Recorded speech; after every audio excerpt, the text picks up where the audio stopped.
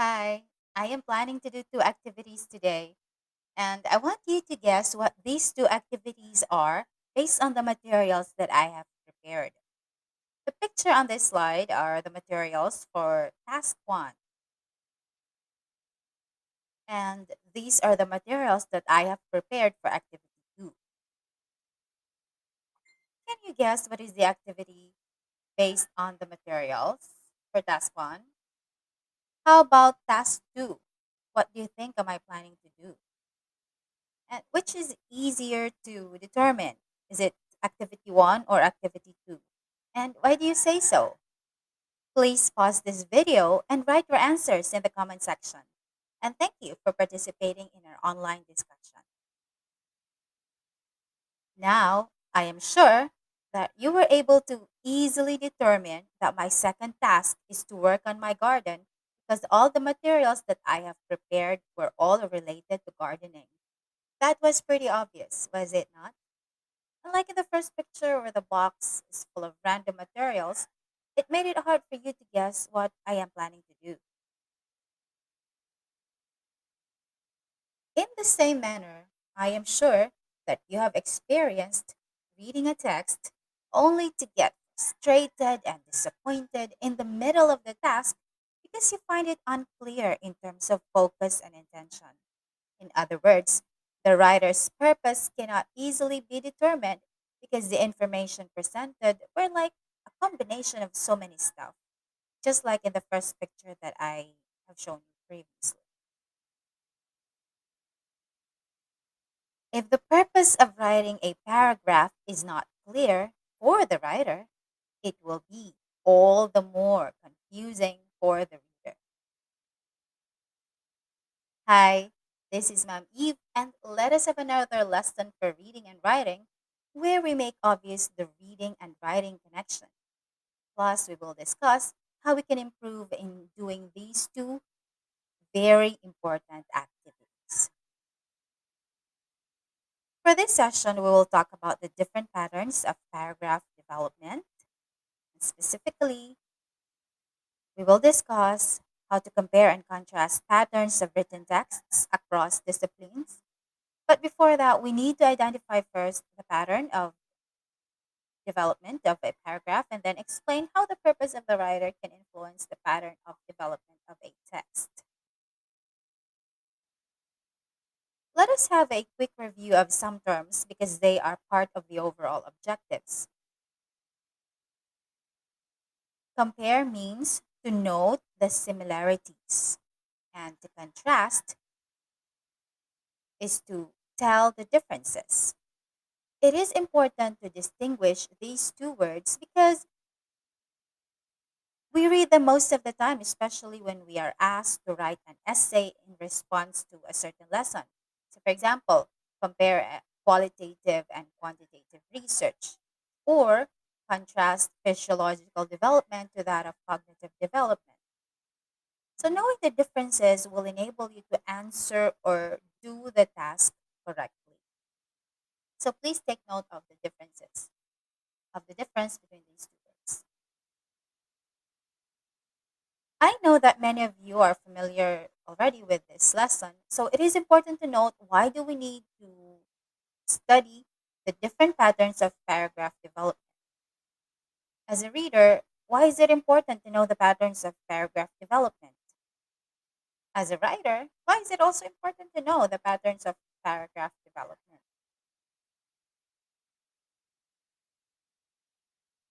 As a reader, it helps you to anticipate how the information will be presented. This will enable you, according to research, to better comprehend what you are reading. Remember this. Good readers can draw images on their minds as they read. They can predict the content of the text based on the clues that they picked as they go over the text and confirm whether their predictions are right or wrong. A poor reader, on the other hand, does not do this, or if they do, they rarely do this. And they are not conscious that these help in comprehension. Good readers read strategically. They have a goal in mind. They note the structure or organization of the text and can predict what the whole text will be about. Poor readers do not think about how to approach a certain text.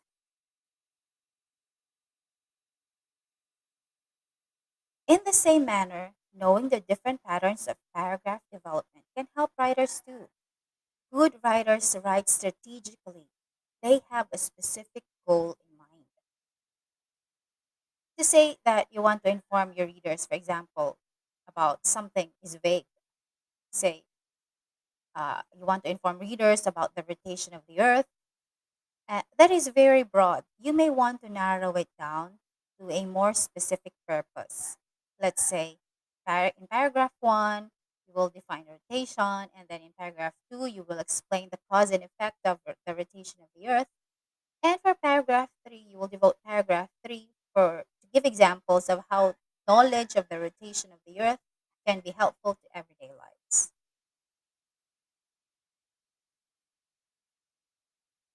Another characteristic of a good writer is that they know how to match the purpose with the structure of the text.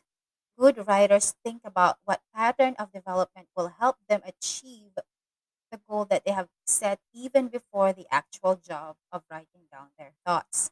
As a writer, it is your job to set the purpose and make sure that your intention will be transferred clearly when your audience reads your work. You should not make them guess about what you're writing unless that is really your goal.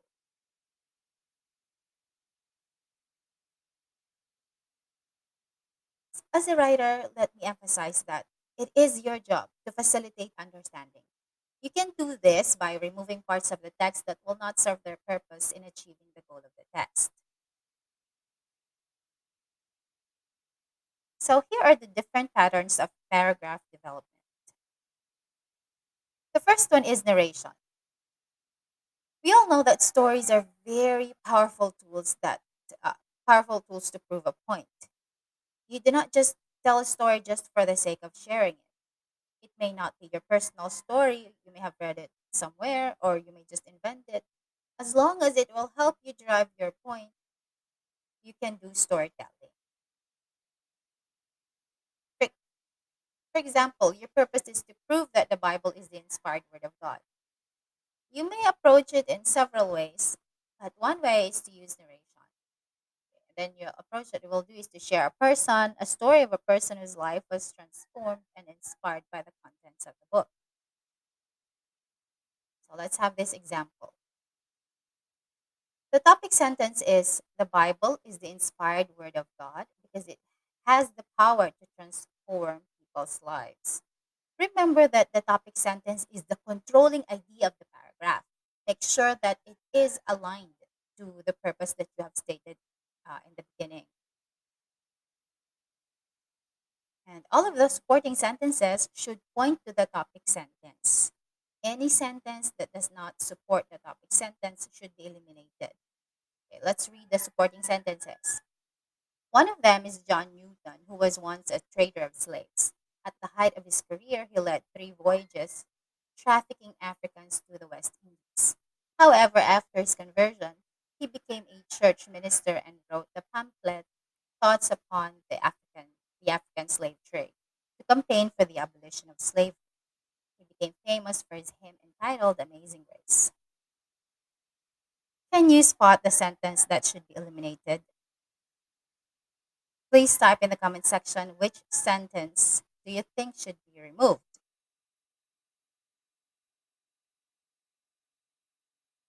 I hope you're done writing the sentence that you think should have been removed. Let us check the sentences one by one. Sentence one is introducing a person who supposedly had a transformed life. So of course it's a valid sentence that should be there.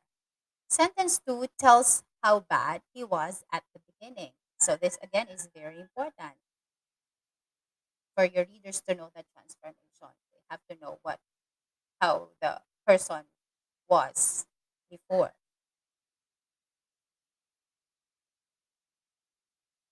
Sentence three briefly narrates about his conversion and what he did to end the bad practice. Sentence 4 should be eliminated because it does not help the writer focus on the topic sentence.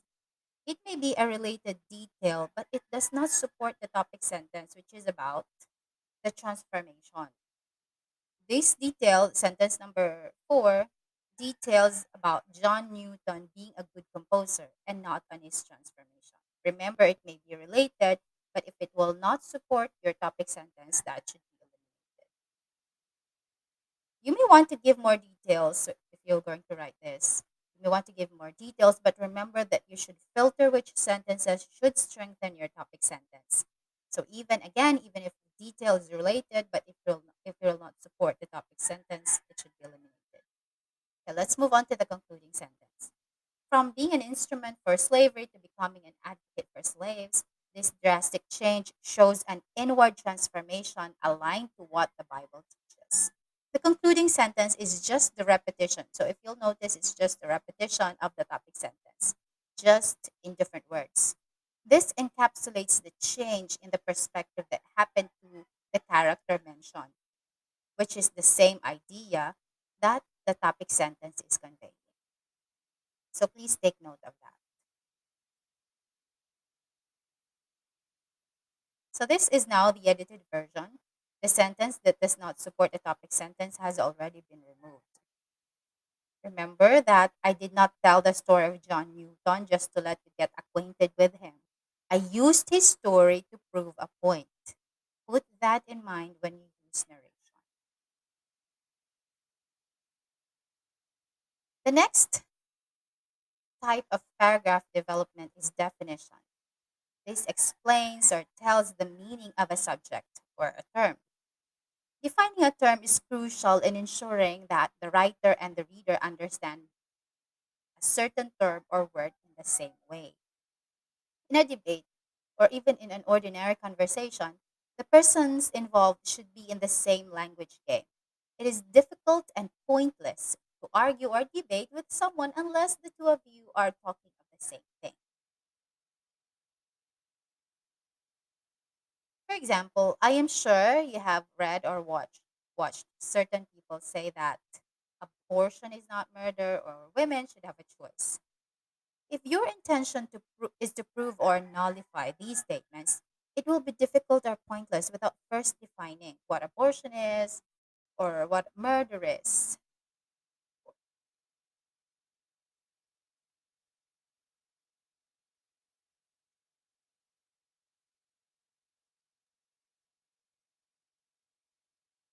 You also need to to answer these questions. What do abortion and murder mean? So I have mentioned a while ago. Where do we get these definitions of murder?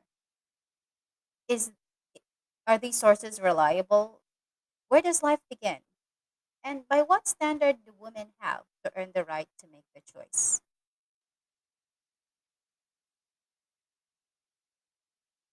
Definition paragraphs will guard as the fence by which you can prove your position or disprove those in the opposition.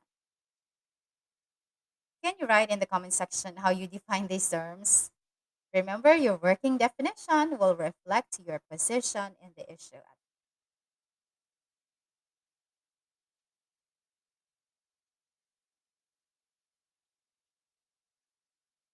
So, in writing, you cannot have a dialogue with your reader to clarify if they agree with you or not. You have to define at the onset to ensure that you will get uh, the readers to follow your line of thinking and eventually win them to your side if that is the purpose of your writing. As a writer, you need to help them understand the term or concept that you will talk about. It's crucial to define because not all people have the same idea about the same word. So I hope that clarifies the need for definition paragraph, especially if we are writing about a position about a certain concept. So how to define terms? Number one is to use denotation or meaning direct from the dictionary.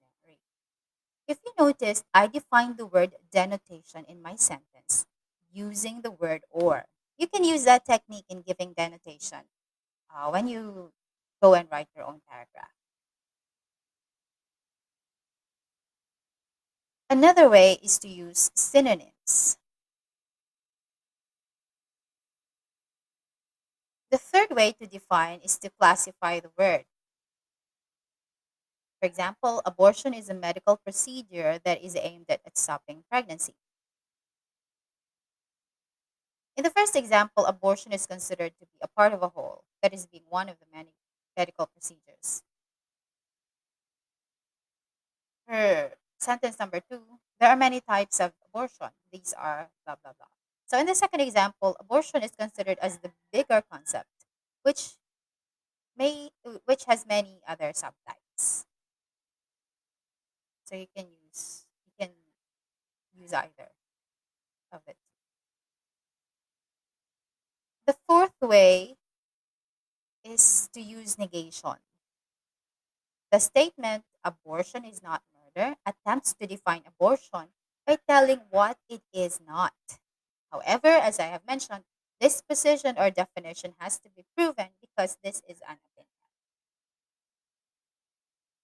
Say, for example, the goal is to disprove the statement abortion is not murder by standardizing the definition of abortion and murder. So, the approach that you will do is to clarify the definition of abortion and murder based on the dictionary, medical articles, constitution, and the Bible. Since we need to define a lot of terms and it is logical to clarify first these terms before we can argue whether this statement is true or not, it is fitting to use definition pattern of development.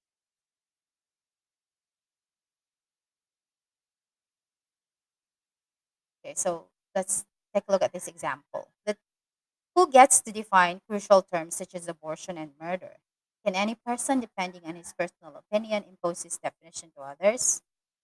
To say that abortion is not murder is to also say that we need to change the dictionary, medical, constitutional, and biblical definitions of these two words. So that is the topic sentence. In the supporting sentences, I did not put the exact definitions because this is just an example and it will be very, very long. So the supporting sentences would be Merriam and Webster's dictionary states that murder is blah, blah, blah.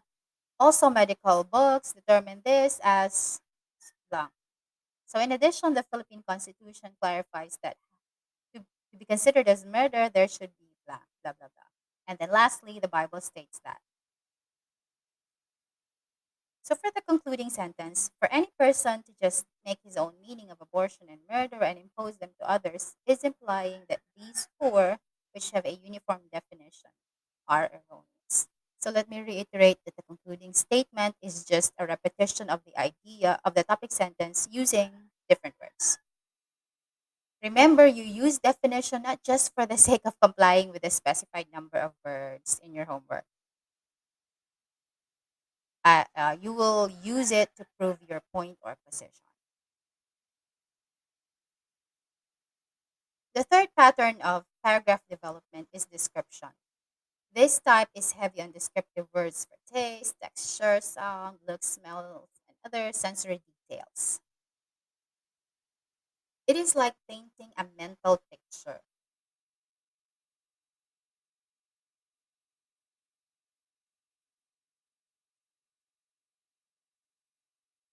So, for example, the purpose is to prove that Starbucks is the best cafe. So, that is a broad uh, purpose. So you want to narrow it down. So for paragraph one, you may want to talk about its ambiance, it's relaxing. And then for number two, its coffee and food are way above competitors.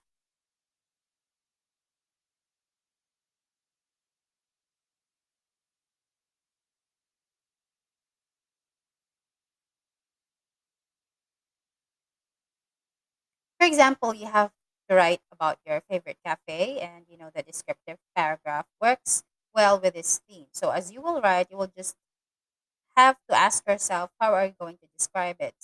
Maybe spatially, or from the entrance to the center, to the left, or to the right, or to top of the top to bottom. So, for example, let's look at this one. Your topic sentence is to, it feels like home when I am in Starbucks. That's the topic sentence. The supporting sentences would be like, when I enter the premises, I feel blah, blah, blah. And upon sitting on the coach, I feel comfortable, something like that. I see familiar faces, familiar uh, furniture, familiar decor, and the warm accommodation of the crew, the staff, then the smell of the coffee and maybe the donuts and the food, so and so. So this will support the topic sentence, how you feel like you're home. So concluding sentence will be, there is no other cafe where I would rather be.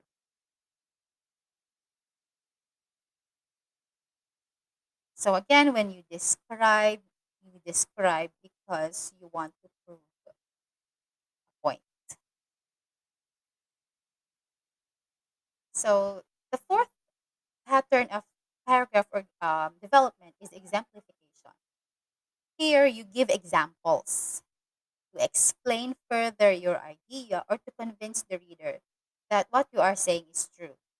Let me emphasize this, that you will not just give examples just to lengthen your paragraph. You give examples because you want to prove your point.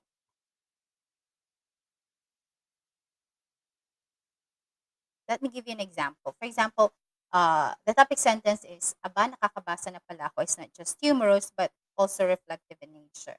Then the supporting sentences would be, you will quote the different, you will write different quotes from the book. And then you give examples of your realizations based on the quotes above. So, for conclusion, this book made me laugh and gain a new perspective about education.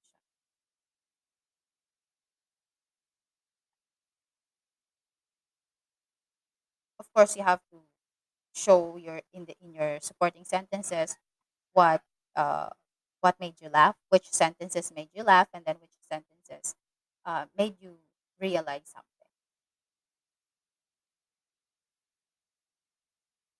So the fifth pattern is classification and division. So think of categories and groupings. In this pattern, you group ideas together. When you classify, you associate or group ideas or concepts together. It is like looking at the bigger concept where the topic that you want to discuss is associated. For example, tigers are like, these are feline. Tigers, house cats, cheetah, these are feline. So you look for the bigger concept. When you divide, you break down a concept into smaller parts. For example, the parts of the computer are the mouse, the CPU, and so on and so forth. So you break down. For example, your topic sentence is, not all computer games are created equal. And then your supporting sentences can be like, there are games that teach like blah blah blah. And then some are meant to entertain children. Then you can give examples. And then others are designed to do both. So your conclusion will be, each type is specifically designed to suit its intended purpose. Again, remember that your conclusion is just a reiteration of your topic sentence. So the sixth is the process analysis. This is the step-by-step guide on how to do something. You will be describing a process. For example, your topic sentence is, it is easy to set up your own YouTube channel. Then the supporting sentences can look like this. First, you have to do this, and then second, you have to do this, and then so on and so forth. So remember, you have to uh, write, you have to explain the procedures. And then your conclusion can be, anybody can be a YouTube blogger, because your topic sentence is, it is easy to set up. So logically, your conclusion can be, anybody can be a YouTube blogger. The seventh is comparison and contrast. It is when you note similarities and differences. And there are two types of comparison and contrast.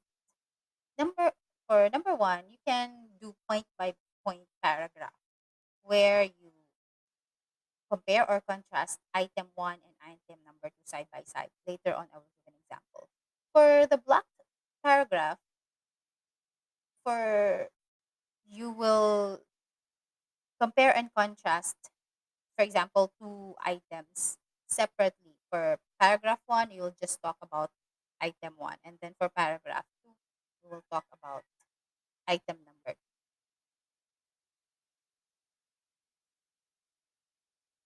So let me give an example of a point by point paragraph. So the purpose is to compare and contrast two presidential candidates in the upcoming election. And your topic sentence is candidate one is a better option than candidate two.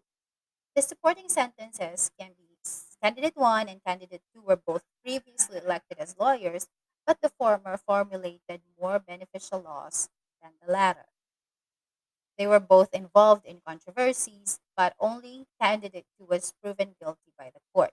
So naturally, the conclusion will be I will vote for candidate one because her track record proves that she has been productive and honest.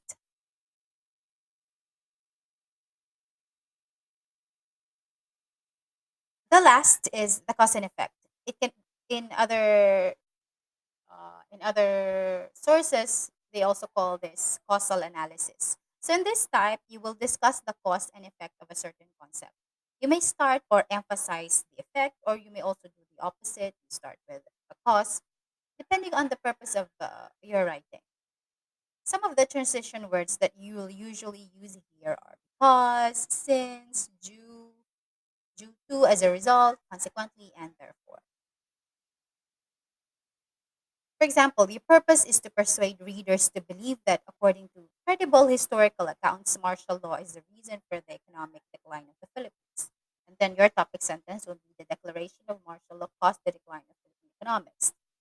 And the supporting sentences could be something like this. After 1972, the rate of unemployment was blah blah blah. You cite from credible sources. And then the rate of peso to dollar became blah blah blah. The GDP of the Philippines is or was blah blah blah. So the conclusion would be after the martial law declaration, the country was referred to as the sick man of Asia.